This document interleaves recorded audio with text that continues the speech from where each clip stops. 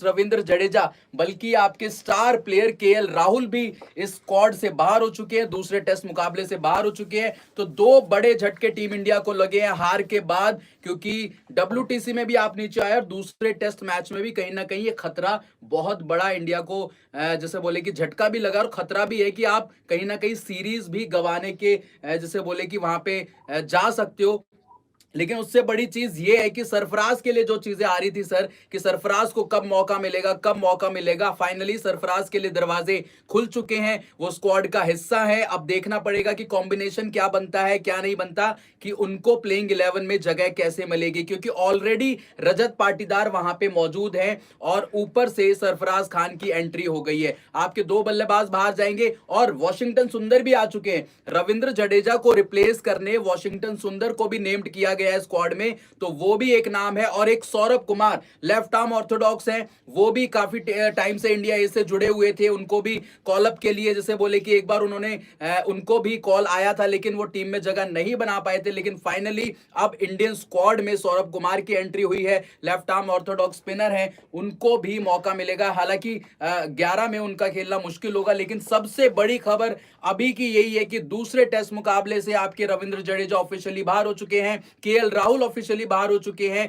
और दो नाम जो निकल के आ रहे हैं वो सरफराज खान और वॉशिंगटन सुंदर हैं, और जो तीसरा नाम है वो है सौरभ कुमार। सर बिल्कुल, तो बड़े बदलाव जैसा कि सुनील बता रहे हैं, और बड़ी खबर इसलिए है क्योंकि जडेजा की चोट का अनुमान हर किसी को था, हमें भी था, आपको भी था, और हमें पता था कि रविंद्र जडेजा जिस तरीके से हैमस्ट्रिंग पकड़ कर गए हैं उससे ये बात साफ हो गई है कि वो इस टेस्ट मैच में, अगले टेस्ट मैच में वाइजैक वाले में उपलब्ध नहीं होंगे। लेकिन केएल राहुल ने भी अपनी जो है ना राइट क्वाड्रिप्स में दर्द की शिकायत की और उसके बाद उनको भी जो है वो बाहर कर दिया गया। तो दो बदलाव इंडियन टीम का, कि मंशा जो है वो साफ है सुनील, मंशा ये है कि किसी भी चोटिल खिलाड़ी को लेकर नहीं जाएगा। केएल राहुल एक ऐसे प्लेयर जो एशिया कप से पहले ही चोटिल थे, एशिया कप में उनकी वापसी हुई, फिर वर्ल्ड कप खेला, उसके बाद एक सीरीज में आराम मिला, उसके बाद लगातार फिर से खेल रहे थे और एक बार फिर से चोट ने उनको परेशान किया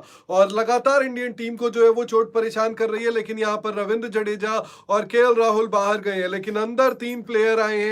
और अगर उन 3 प्लेयर्स की बात की जाए तो सरफराज खान जो डोमेस्टिक क्रिकेट में लगातार बोलबाला जो है वो अपना दिखा रहे हैं, इसके अलावा सौरभ कुमार और वॉशिंगटन सुंदर जो है वो आए हैं। और वॉशिंगटन सुंदर के, सौरभ कुमार के, सरफराज के यहाँ आने का मतलब ये है कि अब ये इंडियन टीम जो है सुनील, ये थोड़े से जो है ना अपने थॉट प्रोसेस को खोलती हुई नजर आ रही है हार के बाद खुलेगा थॉट प्रोसेस। लेकिन उससे जरूरी ये भी है ना कि सर जो हमारी स्ट्रेटजी पहले मुकाबले में थी, क्या हम उसको पलटेंगे, क्या हम उसके उलट जाएंगे। जो स्ट्रेटजी इंग्लैंड ने अपनाई थी कि एक ही फास्ट बॉलर, हमने तो सिराज को लेके गए, हमने तो सिराज से बॉलिंग ही नहीं करवाई उस तरीके से। हमारा जो माइंडसेट था कि नहीं ठीक है इंग्लैंड को जो मर्जी करने दो, लेकिन हम अपने 2 फास्ट बॉलर के साथ जाएंगे, प्रीमियम फास्ट बॉलर के साथ जाएंगे। और जो कि जिसमें से कि सर आपके जो सिराज है, मोहम्मद सिराज ने बॉलिंग ही नहीं करा, मतलब 11 या 12 ओवर उन्होंने कुल डाले होंगे, उसके अलावा उन्होंने पूरे मैच में आपको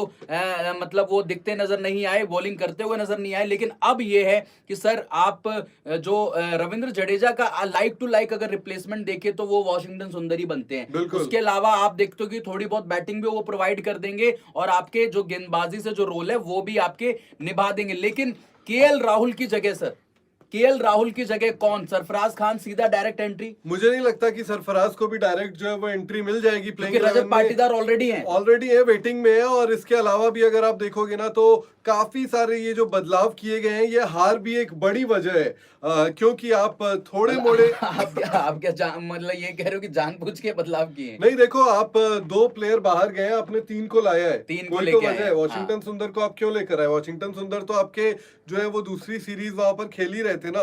वॉशिंगटन सुंदर जो है, अगर मैं बात करूं सुंदर की, तो सुंदर को अगर आप देखो तो बीसीसीआई ने अपनी रिलीज में जो है ना वो एक और बात यहाँ पर वॉशिंगटन सुंदर को लेकर कही है। सबसे पहले तो आपको पूरी की पूरी रिलीज जो है उसमें क्या कुछ लिखा हुआ है, क्या कुछ है, वो आपको बता देते हैं। उसमें कहा यह गया है कि रविंद्र जडेजा और केएल राहुल जो है वो बाहर हो गए हैं दूसरे टेस्ट मैच से। ध्यान देने वाली बात यह है कि सिर्फ 2 टेस्ट मैच से बाहर हुए हैं और वाइजैक में जिसकी शुरुआत 2 फरवरी से हो रही है टेस्ट में बाहर हुए हैं और जडेजा को हैमस्ट्रिंग इंजरी हुई थी चौथे दिन, और इसके अलावा केएल राहुल ने राइट क्वाड्रिप्स में दर्द की शिकायत जो है वो की थी। बेसिकली राइट पैर की जो मांसपेशियां है वहां पर उन्होंने दर्द की शिकायत की, और बीसीसीआई की मेडिकल टीम जो है इन दोनों पर जो है ना वो निगरानी बनाए हुए हैं। इसके अलावा बीसीसीआई की जो सीनियर सिलेक्शन कमेटी है जिसकी अध्यक्षता अजीत अगरकर करते हैं, उन्होंने रिप्लेसमेंट के तौर पर सरफराज खान, सौरव कुमार और वॉशिंगटन सुंदर को टीम में जोड़ा है। आप समझ रहे हो, 2 प्लेयर बाहर गए हैं, 3 अंदर आए हैं, 3 जोड़े हैं। इसके अलावा बताया गया है को बाहर करने की प्लानिंग है, इसके अलावा बताया वो तो इसके बाद आएंगे। इसके अलावा बताया गया है कि सारांश जैन जो है वो वॉशिंगटन सुंदर के रिप्लेसमेंट इंडिया ए स्क्वाड में हुए हैं, और मल्टी डे गेम जो इंग्लैंड लायंस के खिलाफ इंडिया ए खेल रही है जो अहमदाबाद में 1 तारीख से शुरू होने वाला है, उसमें जो है ना वॉशिंगटन सुंदर इतने जरूरी थे क्या टीम के लिए कि आपने एक टीम से जो फाइनल मैच अपना खेलेगी, आखिरी मैच खेलेगी, उसको यहां पर लाए हो। इसके अलावा इस रिलीज में यह भी कहा गया है कि आवेश खान जो है वो फिलहाल मध्य प्रदेश की रणजी टीम के साथ ही ट्रेवल करेंगे, और अगर भारतीय टेस्ट स्क्वाड में उनकी जरूरत पड़ती है तभी उनको लाया जाएगा। यानी कि भारतीय पहले संकेत दे दिया है, भारतीय टीम ने पेसर्स से परहेज किया है। ठीक है, पेसर्स की जरूरत नहीं है इसलिए कह दिया है नमस्ते भैया आप जो है अपनी रणजी खेलो अभी, अगर धर्मशाला में जरूरत पड़ी हमें मार्च में तब हम आपको बुलाएंगे। और अगर अब आपको अपडेटेड स्क्वाड जो है वो पूरी बता देते हैं। रोहित शर्मा है, शुभमन गिल है, यशस्वी, श्रेयस अय्यर, केएस भरत, ध्रुव जुरेल, रविचंद्रन अश्विन, अक्षर पटेल, कुलदीप यादव, मोहम्मद सिराज, मुकेश कुमार, जसप्रीत बुमराह, आवेश, रजत पाटीदार, सरफराज खान, वॉशिंगटन सुंदर और सौरव कुमार जो है वो यहां पर जो है ना नजर आएंगे। लेकिन सबसे बड़ी समस्या केएल राहुल की चोट। केएल राहुल, इंडियन टीम इनको विकेट कीपर बल्लेबाज के तौर पर जो है वो देख रही थी, और यहां पर पहले टेस्ट मैच में सिर्फ बल्लेबाजी की इन्होंने, और उसके बाद ही जो है इंजर्ड हो गए और बाहर चले गए। और दूसरी चीज सर सबसे इंपॉर्टेंट ये है ना कि 5 मैचों की ये सीरीज है, और ये जो स्क्वाड है मैं आपको बता दूं सिर्फ 2 ही मैच के लिए था, और ये जो टीम का ऐलान हुआ था जो पहले 2 मैच थे, अभी बाकी के जो 3 मैचेस होंगे वाइजैक के बाद जो 3 मैचेस होंगे उसके लिए अपडेटेड स्क्वाड आएगा। उसके लिए 15 या 16 जो खिलाड़ी हैं वो दोबारा से अनाउंस किए जाएंगे, तो टीम का ऐलान होगा। लेकिन ये जो बदलाव हुए हैं सिर्फ एक ही टेस्ट मैच के लिए है। सरफराज खान की एंट्री हुई है, वॉशिंगटन सुंदर की एंट्री हुई है, लेकिन सबसे बड़ा जो झटका है ना सर रविंद्र जडेजा के रूप में आपको लगा है, क्योंकि पहले मैच में आप देखिए कि वो सबसे बड़े एक तरीके से इंडिया के लिए की एसेट थे। उन्होंने गेंदबाजी से भी नमन गर्ग आपको कह रहे हैं कि सुनील ओपी भैया आतिया शेट्टी प्रेग्नेंट है, केएल उसके पास गया है। नहीं तो वो देखो है या नहीं है वो अलग चीज है, लेकिन बीसीसीआई ने ये आधिकारिक तौर पर पुष्टि की है कि उनको दर्द है। चोट की वजह बताई है ना भाई, और चोट ही वजह है, नहीं तो आप बाहर नहीं जाते। आप ये समझो कि केएल राहुल वो बल्लेबाज हैं जिनको ये जो राइट क्वाड्रिप्स की उनको जो परेशानी हो रही है ये लंबे समय से हो रही थी। और अगर आप साउथ अफ्रीका दौरा देखो, वहां पर विकेट कीपिंग जब करते थे, बैठते थे, खड़े होते थे, तब ये दिक्कत ज्यादा होनी चाहिए थी। हालांकि तब ये दिक्कत नहीं हुई उतनी, लेकिन उसके बाद अब जो है यहां पर ये परेशानी उनको हो रही है, और इसका जो है ना काफी ज्यादा खामियाजा कहीं ना कहीं टीम को उठाना पड़ेगा। आप देखो अब आप दूसरा टेस्ट मैच देखो, इंडियन टीम हार के जा रही है, लेकिन आपके जो 2 बल्लेबाज जिन्होंने जडेजा ने तो रन भी बनाए,